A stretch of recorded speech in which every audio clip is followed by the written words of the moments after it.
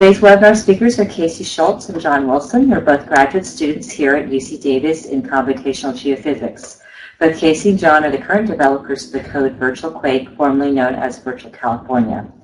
Virtual Quake is a code developed by Professor John Rundle's group in the Department of Physics at UC Davis, and not atypically of such codes has had a series of graduate student and postdoc developers, including Eric Hyen and Mark Yoder. Virtual Quake has been used extensively to study the earthquake cycle in California and earthquake-driven fault systems in general. So, without further ado, I will hand the connection over to Casey and John to tell us more about the code. Thank you, Lorraine, for that introduction. All right, we're going to talk about Virtual Quake. Let's get to it. So today, first I'm going to explain what Virtual Quake is, where it came from, how it was developed, touch a little bit on the physics of Virtual Quake. Then I'm going to go into where to find the code, setting up a simulation, how to build a fault model, running simulations on that fault model, and then we'll get into analyzing our results with our PyVQ Python analysis script. Also going to touch on a few featured recent publications. Virtual Quake's been around for a while, so there are many publications. Won't get to them all. After that, we'll talk about sort of future projects that are underway right now and ideas that we have.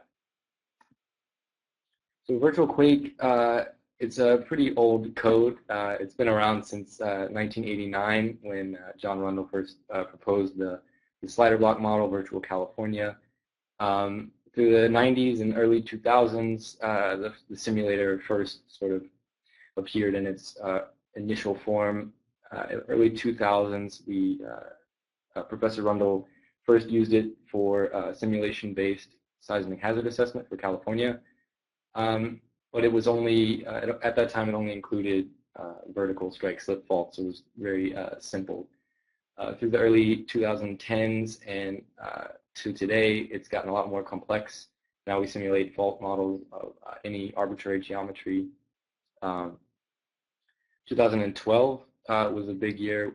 We were selected as co-winners of the NASA Software of the Year Award as part of the Quake Sim group that's hosted at JPL PI's Andrea Donnellan.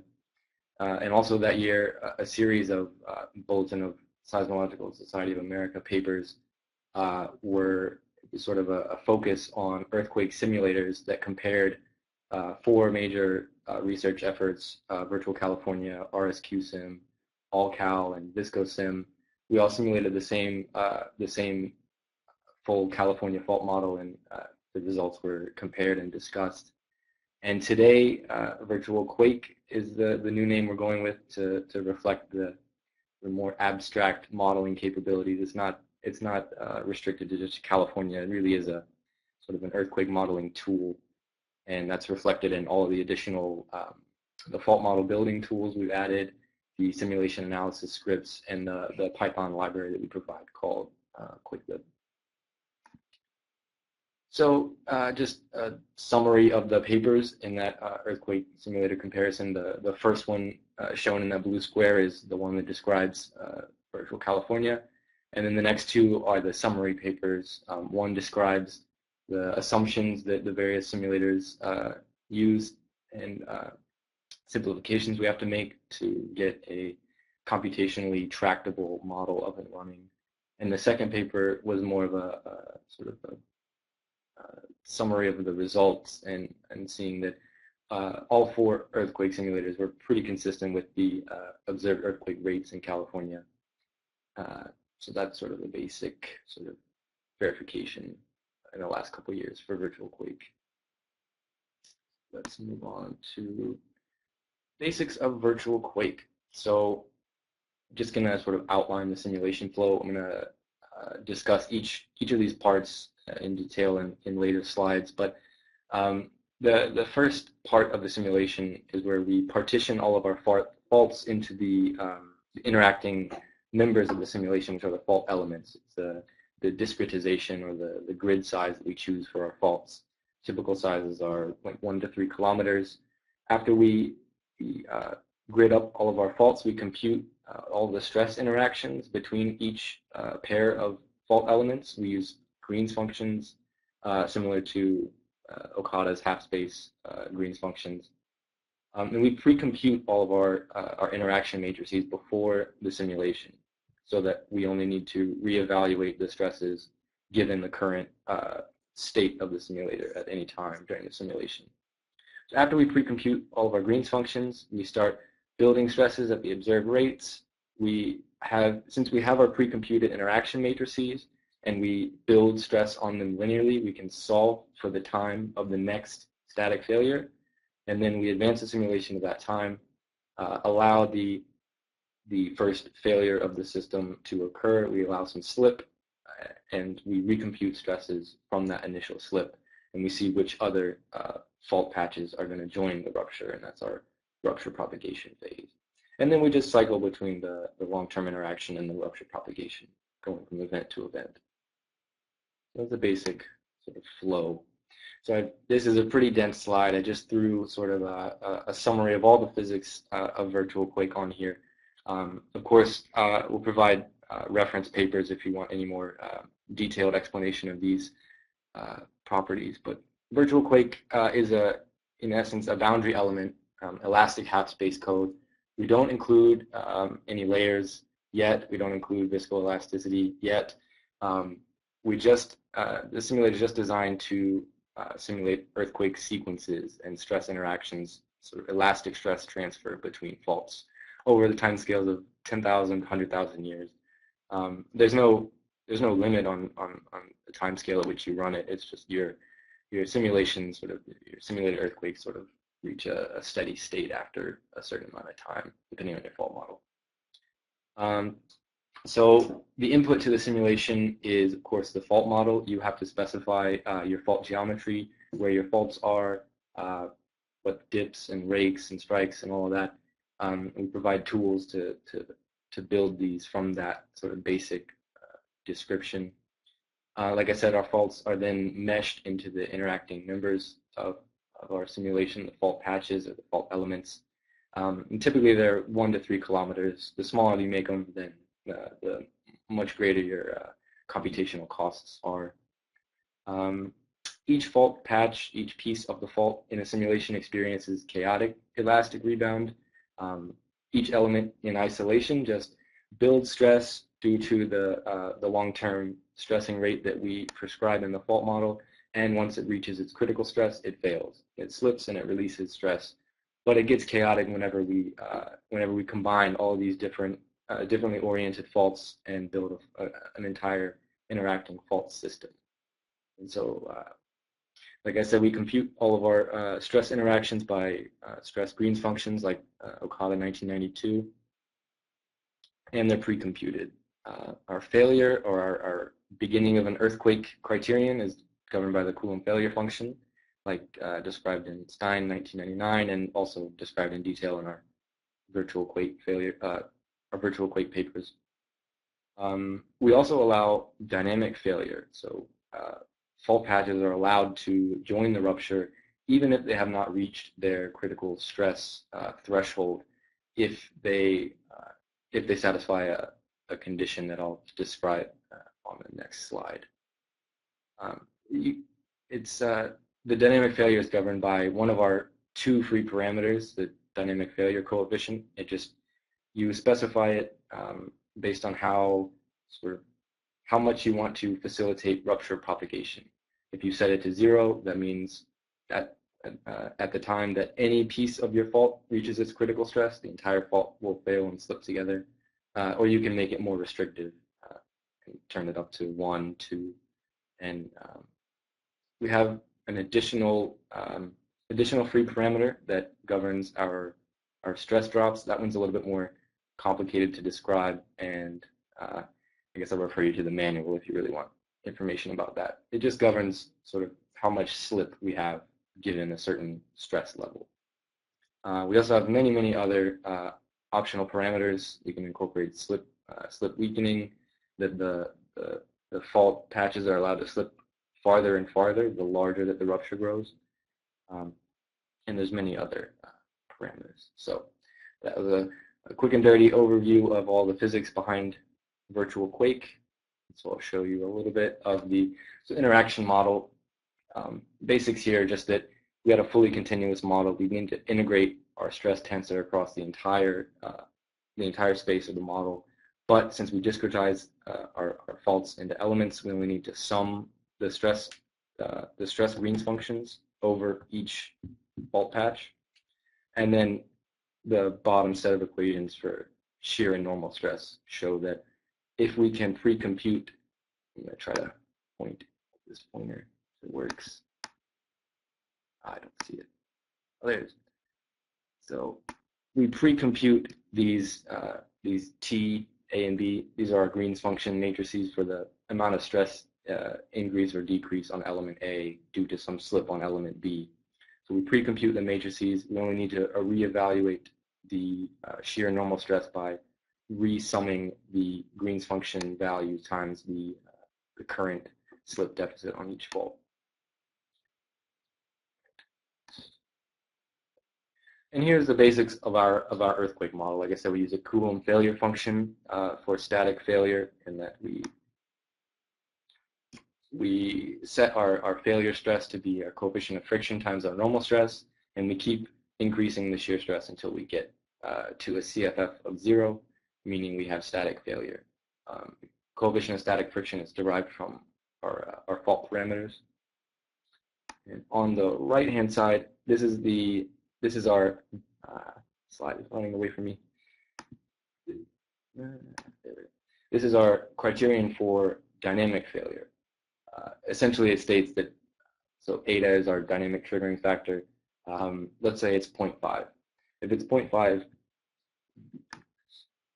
this is 0.5, that means that during an event, a fault patch can join the rupture if the stress increases by 50%. And so it's a way of facilitating rupture propagation. If we set it down to 0, that means there's no stress increase required, and all elements along the fault will be involved in the rupture, and they'll all slip together. We set it to 1,000,000, that means you're not allowing any dynamic failure, only static failures. All right. So I'm going to hand it over to John, who's going to describe how we build Virtual Quake from source. Okay.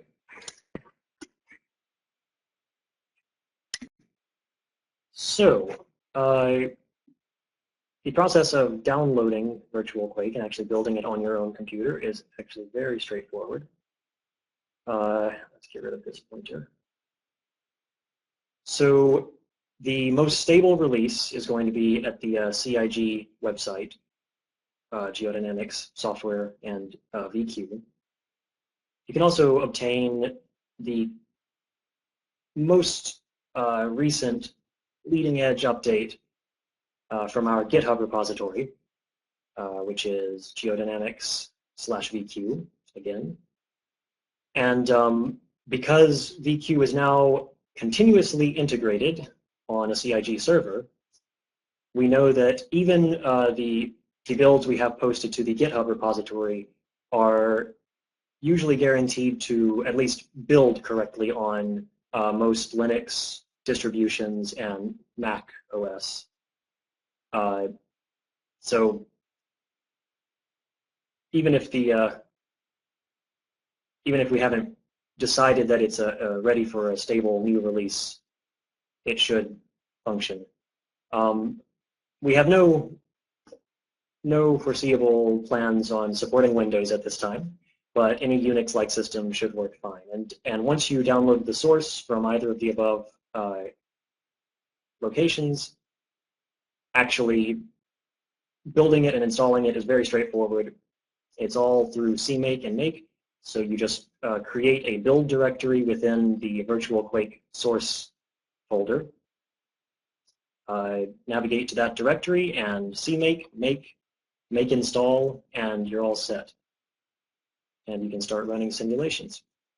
Also, for any further details about these processes that we're describing today, or a little bit more details on the physics involved, we do have a user manual that is also posted to the Geodynamics website. the CIG Geodynamics website, on the same page as where you can download the software itself.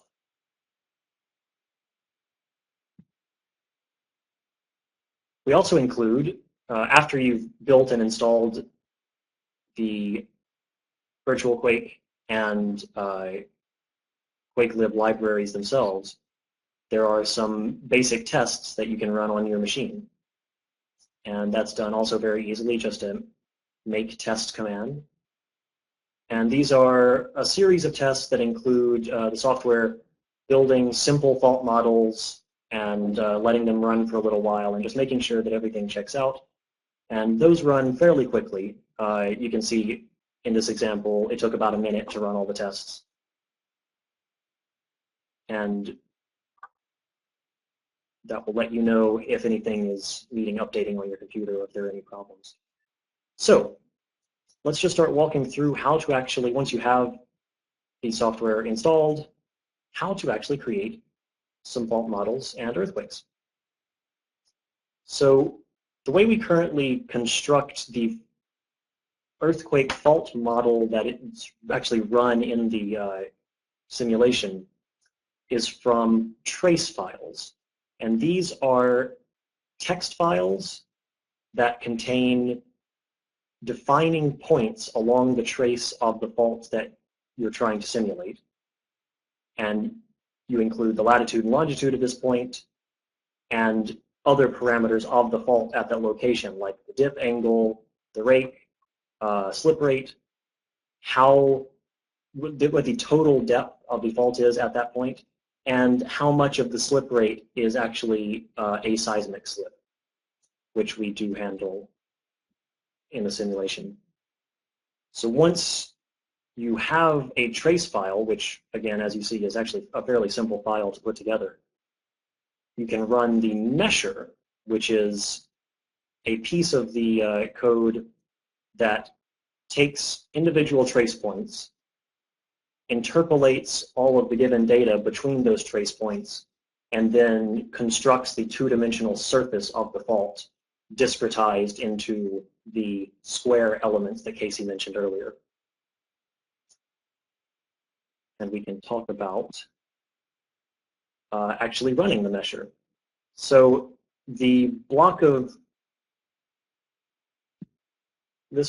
text here represents what a typical trace file looks like. So initially, you want to define the fault that this piece of trace belongs to, and you assign an ID for this section, an ID for the fault itself, and the name of this section. And then you want to, the next piece down here describes each trace point in this trace file. So again, we have latitude, longitude,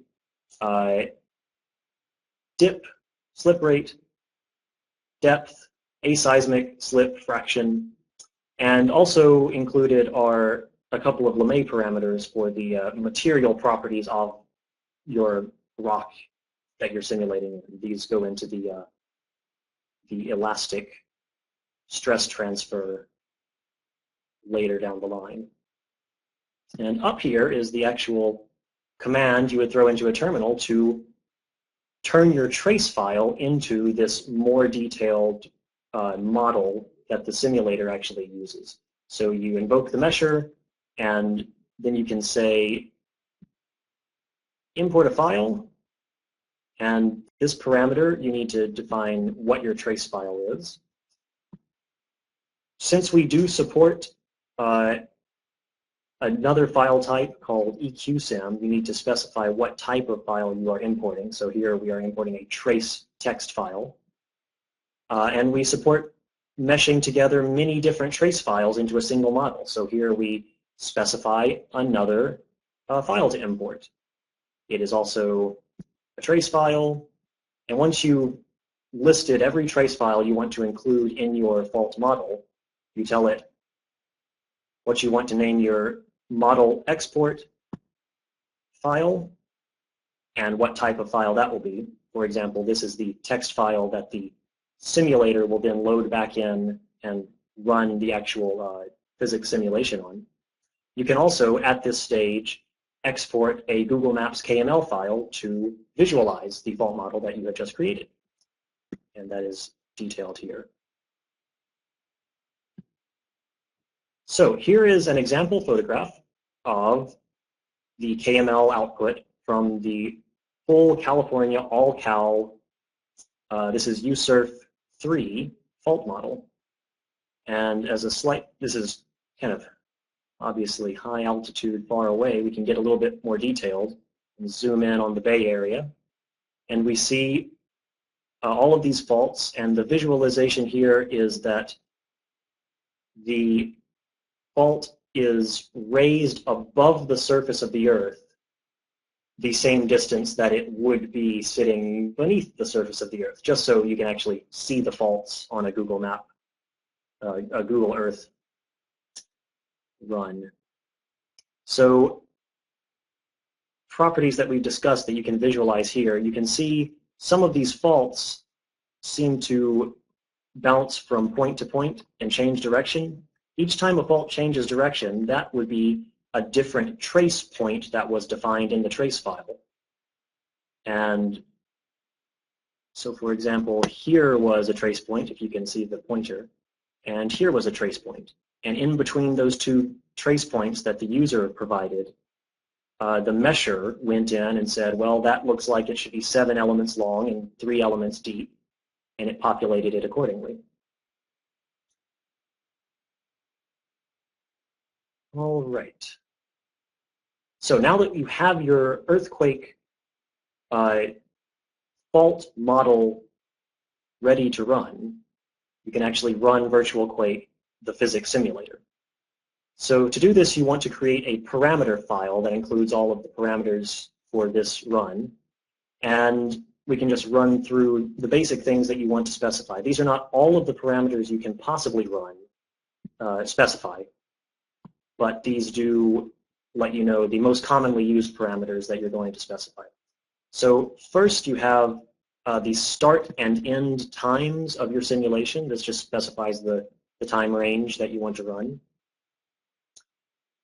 The next block here is describing how you want to deal with Green's functions. So initially, for your first run, you would set this to the method, standard method. This just means that VQ will read your fault model file and compute the Green's functions as Casey discussed earlier.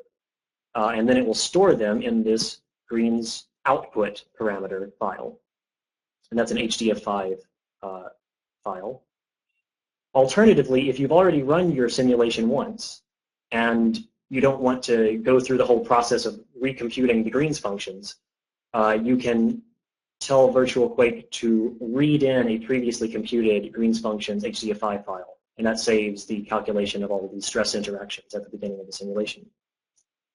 So next up, we have the fault model input, what type of file this is. So in this case, we are importing an HDF5 file.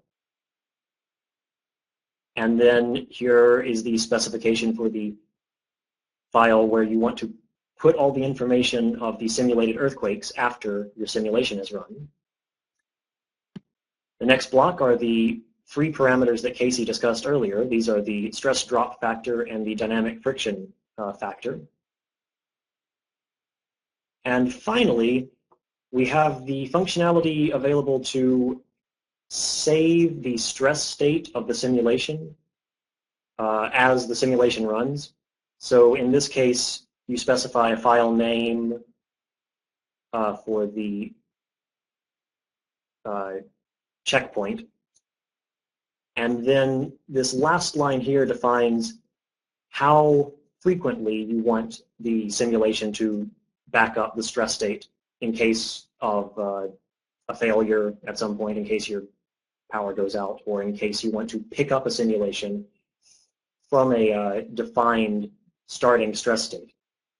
And this says every 5,000 earthquakes, save the stress state, and then you can pick it up from there later. And as I said, there are many more parameters you can play with, but these are the most commonly used ones. So when you run your virtual quake the first time, this is the kind of thing that will be thrown out in your terminal. You'll see the progress report on calculating Green's functions. For simple fault models, this takes almost no time at all. For the full California USRF3 fault model, for example, this can take several minutes, as you see here, almost 500 seconds. And that's why it can be useful to load in that Green's functions file that you've already calculated in the parameters earlier. Just some basic stats on the Green's functions that were calculated. And then finally, we have the initial stress state, which in this case is almost zero. Nothing has stress loaded on it yet. And while the simulation is running, this last little file, this last little line, sorry, you'll get updates on how many events have occurred, what year the simulation is currently at, and basic stress state of the entire fault model as you go. So that can kind of tell you where you are in your simulation as it's running. All right, once your simulation has totally run, here's what you get in an output. So this is a screenshot of an HDF5 table. This is the events table.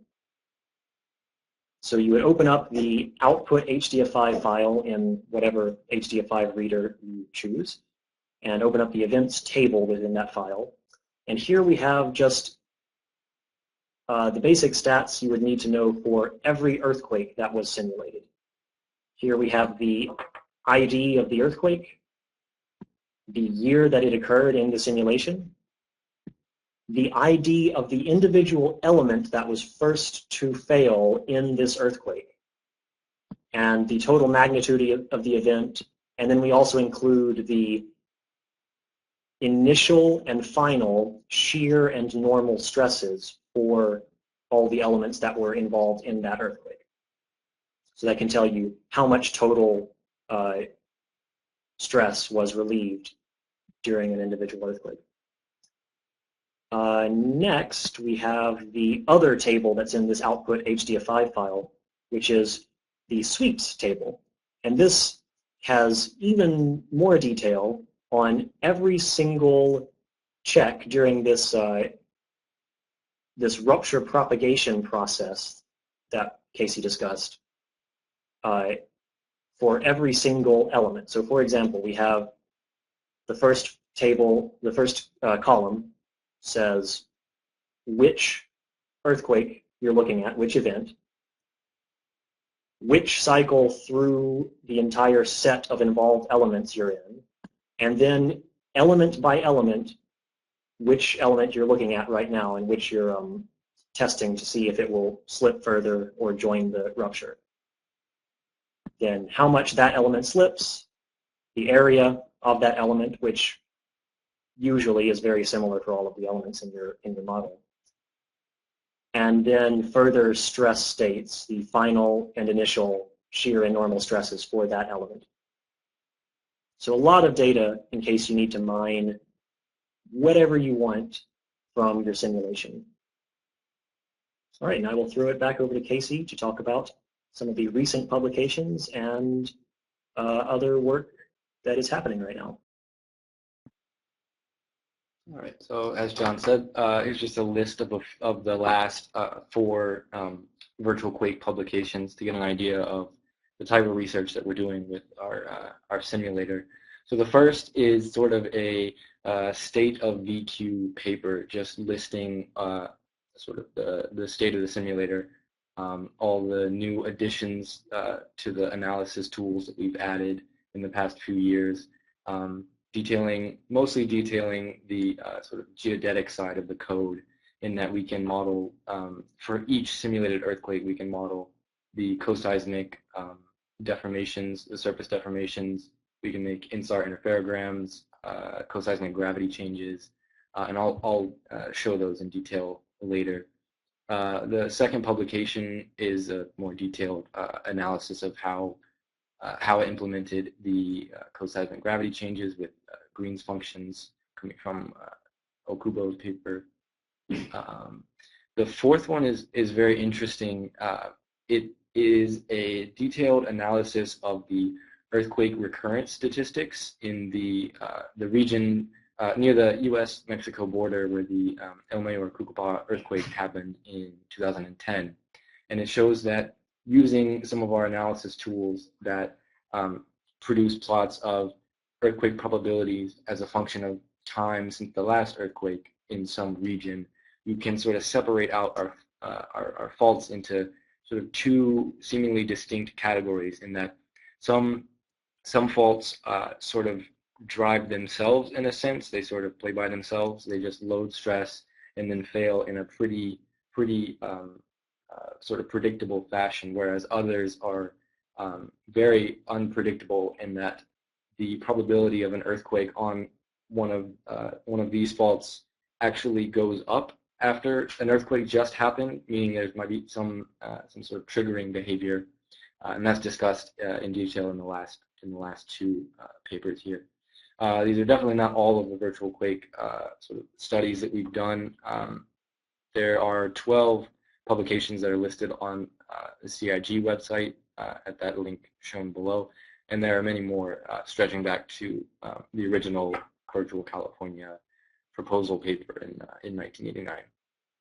So I'm going to go through and show some examples of the analysis that we did in these papers in the upcoming slides. First, who's downloading Virtual Quake? Well, hopefully all of you are interested in downloading Virtual Quake. We've had a lot of interest. I think CIG has updated the download maps a couple of times in the past year or two, because this definitely, I think these numbers are more recent numbers over the past couple of months or so. We've had, I think, 200 or so downloads in the year and a half that Virtual Quake has been on CIG. And you can see it's sort of, the interest is sort of spread around the globe. A lot of interest in Asia and Europe. And we are actually sort of collaborating with University of Tehran researchers in Iran. They're building a sort of virtual Iran fault model, and also with some researchers in Chile. So, like I said, University of Tehran, the Department of Civil Engineering, one of the grad students there reached out to me interested in using Virtual Quake because they had used the Peter Bird's NeoKinema software to invert geologic data for previously known faults and current GPS data to solve for fault parameters, all the fault parameters you would need to start a physics-based simulation like Virtual Quake. They solve for dip, slip rates, all the parameters that they would need to run a simulation. And right now we are collaborating with them to get their simulation up and running. So I mentioned that we have an analysis script. It's written in Python. I guess first and foremost, Virtual Quake actually wraps its own Python module called QuakeLib. Once you build Virtual Quake, once you get to the sudo the make install step, you're installing this QuakeLib Python package, which, as shown in this green code block, I don't know if the pointer's going to play nice, but the green code block shows an example of how you use it as a module. So this is a simple Python script that imports the QuakeLib module. It creates a model world. That's the name for our fault models. So it creates a blank model object, and then you can either say model, read an HDF5 file and create all of my faults for me, or you can read an ASCII file, a text file. And then below that, it shows you how to read a simulation file. You create an events object. Events are sort of the general term we use for earthquakes. So then you tell the event object to go read your HDF5 simulation file. And then we can do all kinds of stuff. The next line shows one example of how to make the KML file for a single event. And so the cover page to this talk showed a particular Virtual Quake simulated earthquake, and this is exactly how we created that, and I'll show you that on the next slide. So that's not PyVQ, that's Quakelib. That's our sort of workhorse Python module that we use in our PyVQ analysis script to do all of the model file and simulation file importing and exporting and data sort of aggregation. PyVQ is the script that has all of the easy-to-use functions to make all of the plots that are shown today in this talk. So to make the KML file, which I'll show you on the next slide, it's a single command. You just tell Python execute my pyvq.py script, which is in wherever you put your virtual quake folder. It's in the subfolder pyvq, and then of course it makes sense to have another pyvq folder, and then the Python script. And then you specify the next keyword is event KML. So we want to make a Google Earth file for a particular event. Then you have to specify your model file. It has to know where your faults are. And then you specify your event file. And lastly, you have to specify which event you want to draw a KML file for. And so all PyVQ plotting routines are in these simple single line, really long command line commands that have just a series of plotting commands, and then like you can add all kinds of additional parameters that I'm going to show later. So first, I'm going to show you what the PyVQ script looks like. It's very well commented. It's very easy to read. We have automatic file naming to make things easy. And since it's very easy to read and it's very simple, you can write whatever functions you want. You can add to the PyVQ script. And so I'm going to share my screen if I can figure out how to do this.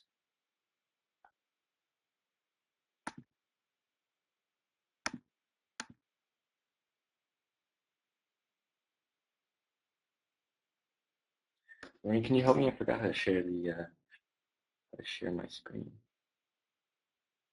See, stop. Oh wait, there it is. All right, so you can see my screen. I'm going to pull up PyVQ script.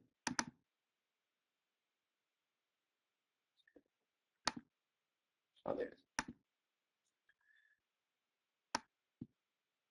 I don't know if the font size is right, but so it's a bit intimidating. PyVQ is a single Python script, a single file, but it's very well separated into classes. We have here's a class for all of our automatic file name generation. It uses the event file name and your fault model file name plus whatever plots you're making to give you nice file names. All of our subsetting classes, you can easily read it. Here's our year filter if you want to set. You want to make plots of some event plots, and you only want to look at, I don't know, you want to ignore the first 10,000 years. You want to look at year 10,000 to 20,000. It's very easy to specify that with 2 arguments of min year and max year. You can see it's very easy to read. Get down to all the detailed scripts. Increase the font size here. I don't know what to do. Doesn't work.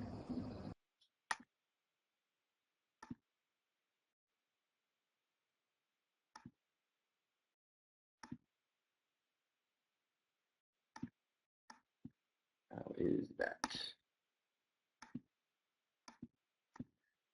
Okay, so like I said before, here's all of our subsetting classes.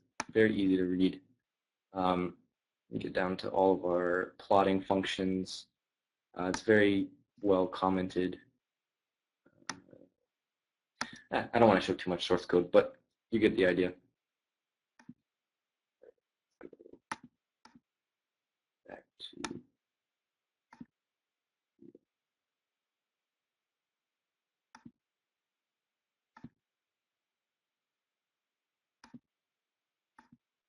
So we lost sharing. If you want to show us something at that same I don't page. see how to get back to the slides. Oh, you might need to go back to share my document and then go to the point in the slide that you need.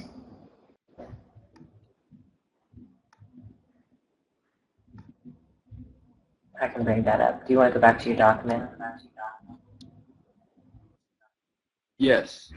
Yes, I don't know how to do that. Ah, there it is. Okay, so examples to follow of how to use PyVQ. So PyVQ is for direct simulation data analysis. For instance, I'm going to show examples of how to compute conditional probabilities for large earthquakes given your simulated earthquake distribution. I'm going to show how to make plots of earthquake statistics. How many earthquakes do you get of different sizes, different magnitudes, different areas, and how to make plots of coseismic fields for individual simulated earthquakes, like geoid height changes, INSAR interferograms. So the next couple of slides, we're going to go through these one by one. So this is an example. It's a bit jumbled, but I wanted to show the fact that we can make these statistical plots for multiple event files. So on the left, here's the frequency magnitude relation. So the vertical axis is number of events per year at that magnitude or larger. So it's a cumulative count. And then the horizontal axis is magnitude. And here I've thrown a bunch of different simulations here with different values of the free parameters to show how it changes when you tune these parameters. So these plots were created with the blue code block on the bottom. The keyword is all stat plots. It'll plot frequency magnitude, and then it'll plot on the top right corner we have rupture area as a function of magnitude, and the bottom right is mean slip as a function of magnitude.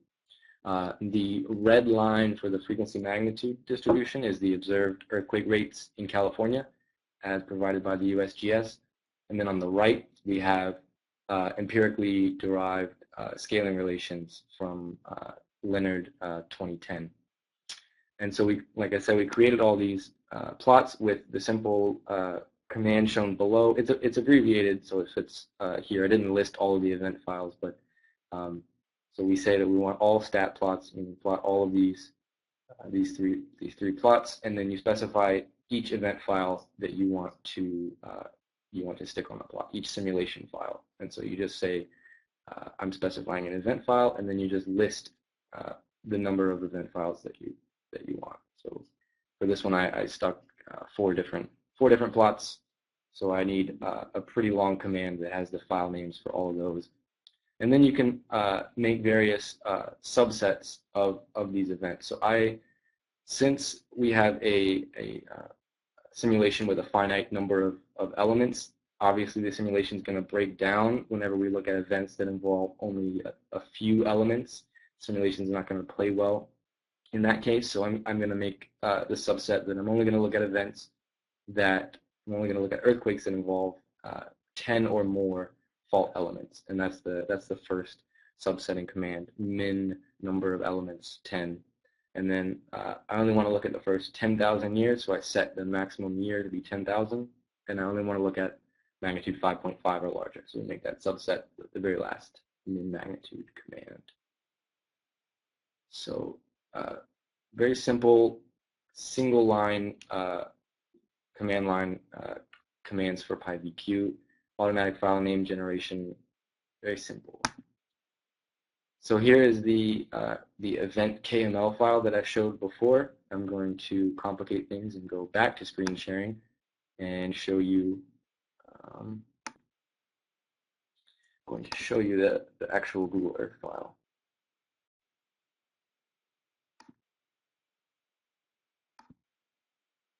Can everyone see this? Can you see this? All right. So it's a little bit interactive. The color here represents the amount of slip during the earthquake, and so we can see this earthquake spans multiple fault sections here. This white bubble is highlighting which fault element initiated this earthquake, So this element right here on top started this event that incorporates a large number of elements. You can click here. I don't know if you guys can read this, but it tells you the element number that you clicked on, and it tells you the amount of slip that it had during this event. You see that there's the most slip up at the top and a lot less slip down at depth. So it's a very interactive tool you can use to study individual ruptures.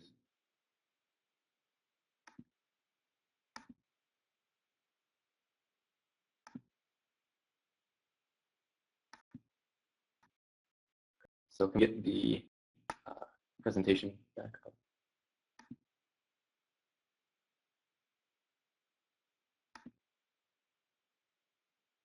All right. So again, this this KML file was generated with the command shown below.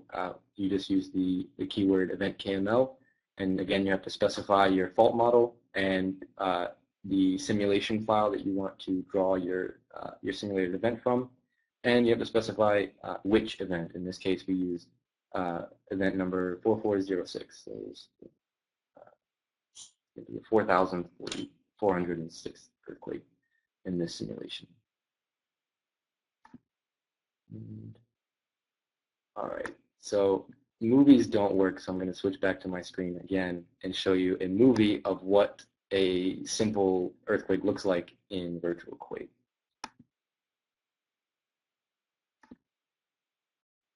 And so we are going to be looking at, oh, not that. So the color that you're going to see is going to be the amount of slip, and each time step here is going to be an iteration in our rupture model. So each iteration is a check for all other elements on this fault. Do they have enough stress at this time step to join the rupture? If they do, then they join the rupture and they slip. And so we're going to see how the slip propagates through the fault. And the direction of slip is to the left.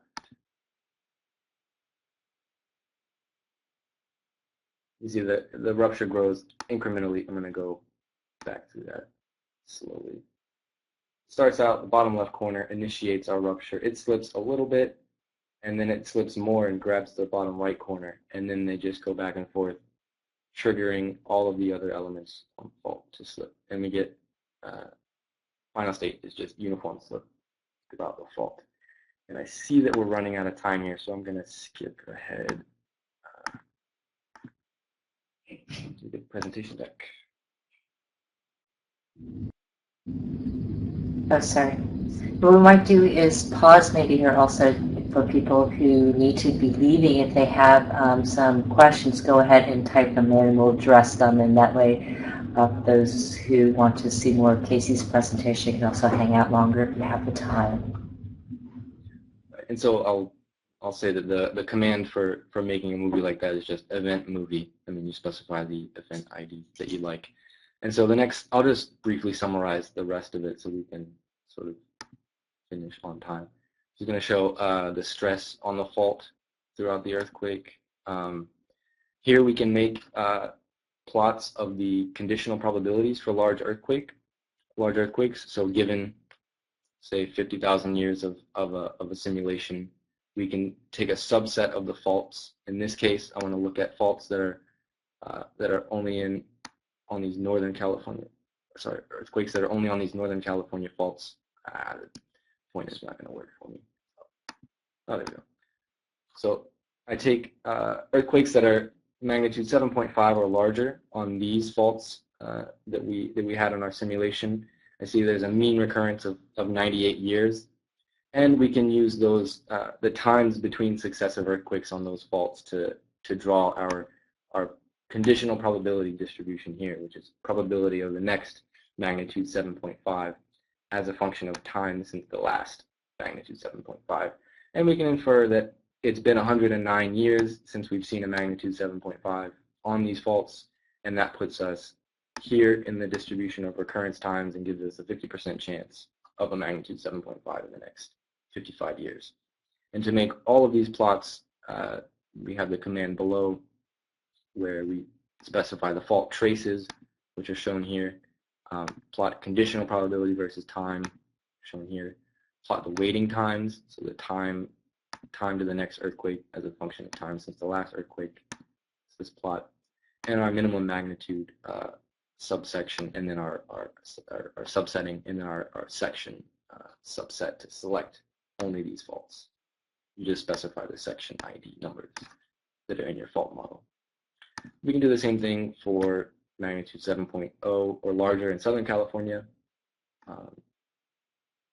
We can also make, I'm just going to skip through these really quickly. We can also make plots of the coseismic gravity change patterns. This is shown for just a simple strike slip fault.